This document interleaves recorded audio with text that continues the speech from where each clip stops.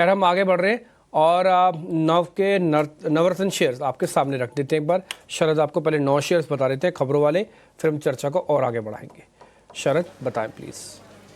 Good morning Dimpy. सबसे पहले जो है राइट्स पे नज़र रखेंगे। यहाँ पे जो है कंपनी ने कहा है कि जो बड़ी ऑर्डर आई है इनको यूपीएस बीसीएल से, वो रद्द कर दी गई है। इस स्टॉक के लिए नेगेटिव है, लेकिन कंपनी ने कहा कि काम शुरू नहीं हुई है तो ज़्यादा फाइनेंशियल इम्पैक्ट नहीं देखने मिलेगा। पिडलाइट के लिए भी इंपॉर्टेंट न्यूज़ फ्लो है। भरत पुरी जो है एमडी के पोस्ट के ज़रिए जो है उन्होंने जो है कह सकते हैं कि उन्होंने स्टेप डाउन कर दिया है और अब वो सिर्फ नॉन एग्जीक्यूटिव डायरेक्टर रहेंगे।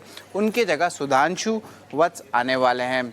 ओवरऑल जो है सेम प्रमोटर ग्रुप के ही हैं सुधांशु वत्स, लेकिन याद रखिए भरतपुरी का बहुत बड़ा कंट्रीब्यूशन रहा है पिडलाइट के ग्रोथ में पिछले 10 से 15 साल में।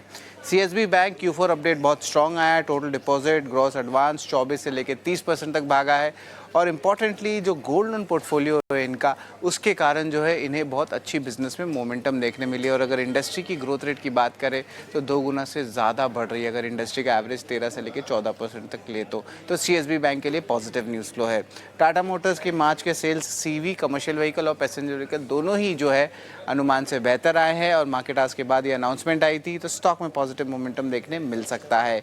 वोडाफोन आइडिया कल चर्चे में भी थे, जहां पे गवर्नमेंट अपनी ड्यूज़ को इक्विटी में कंसिडर करे और अब जो है न्यूज़ फ्लो आ रही है कि कोई नए सीईओ की तलाश कर रही है company. Existing CEO Akshay Mundra की जो टर्म है वो अगस्त में जो है ख़त्म होने वाली है इस साल।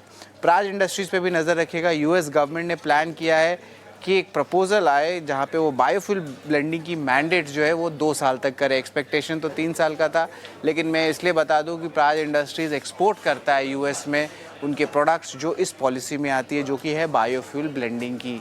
अब बात करते हैं हिंडाल्को की, तो इनकी इंपॉर्टेंट एनालिस्ट मीट हुई थी और यहाँ पे जो सामने आया है बात की वो $10 बिलियन जो है नोवेलिस में इन्वेस्टमेंट की भी, कैपेक्स की बात की है। लेकिन इंपॉर्टेंटली उन्होंने कहा कि जो मार्जिन्स है वो medium to long term basis पे अब एक्सपैंड करने वाले हैं। तो पूरा जो एनालिस्ट मीट का टोन था वो पॉजिटिव टोन था और अब स्टॉक में अच्छी रिएक्शन देखने मिल सकती है।